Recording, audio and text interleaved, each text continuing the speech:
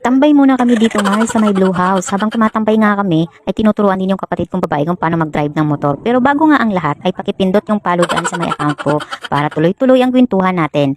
Ganito na nga yun. Ito na nga, nandito na nga kami sa may Blue House.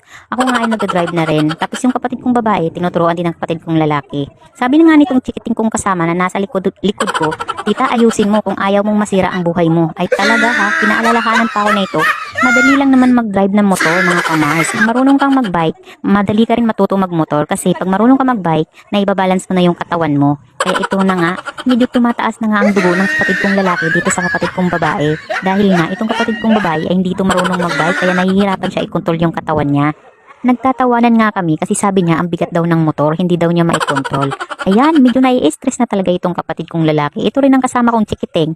Laging sumisigaw, sinasabi niya, ayusin mo yung pagdadrive mo, mag-iingat ka kung ayaw mo masira ang buhay mo. Sabi ko nga sa kanila, kung hindi kaya ay itulak mo na lang yan para lang mabilis matuto. Kasi ang hirap. Hinihila nga ng kapatid kong lalaki yung buntot ng motor para siyang nakahila ng buntot ng ahas. Inaalalayan niyang lumiko. Ay nako, sabi ko sa inyo, hindi na nag-drive yung kapatid ko. Itinulak na lang niya. Ay napakaganda. Saan kaya makarating ang dalawang ito? Ano na kaya ang mangyayari pagka ganyan? O ayan, sige, dahan-dahan kung ayaw mong masira ang buhay mo. Sabi ko nga sa kanya, okay lang yan. Sa simula talaga, unang pag-aaral mo, hindi mo talaga maiwasan